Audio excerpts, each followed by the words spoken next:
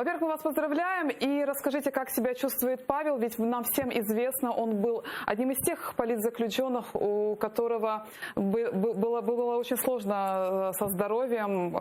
Расскажите, как он себя чувствует, расскажите о его здоровье. Зараз наші політв'язні всі проходять обстеження в Феофанії, в лікарні.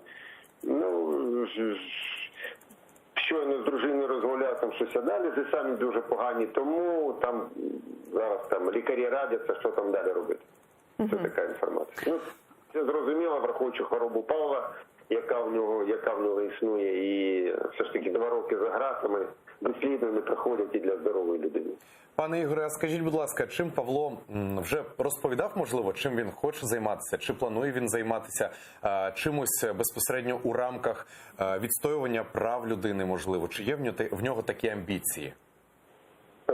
Він вже буде, по-перше, поки ми ще не думали, бо на першому плані стоїть зараз стан здоров'я, який треба підправити, провести лікування, бо нема здоров'я, нема нічого і подальших ніяких дій.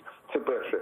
А по-друге, Павло, він якраз казав, що коли знаходився в слідчому ізоляторі вже в Ростові, і з ним там знаходились, теж переслідувалися тільки громадяни Російської Федерації, які там переслідувалися теж з певних політичних мотивів, то він каже, що допомагав їм там писати і клопотання, і інші речі, які процесуальні, які допомагав їм готувати ці документи.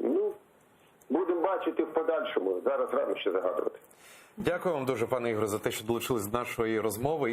І бажаю вам якомога більше і частіше обіймати вашого сина. І вітаємо вас ще раз з тим, що він тепер вдома. Ігор Гриб, батько Павла Гриба, був щойно наживо зі студії телеканалу АТR.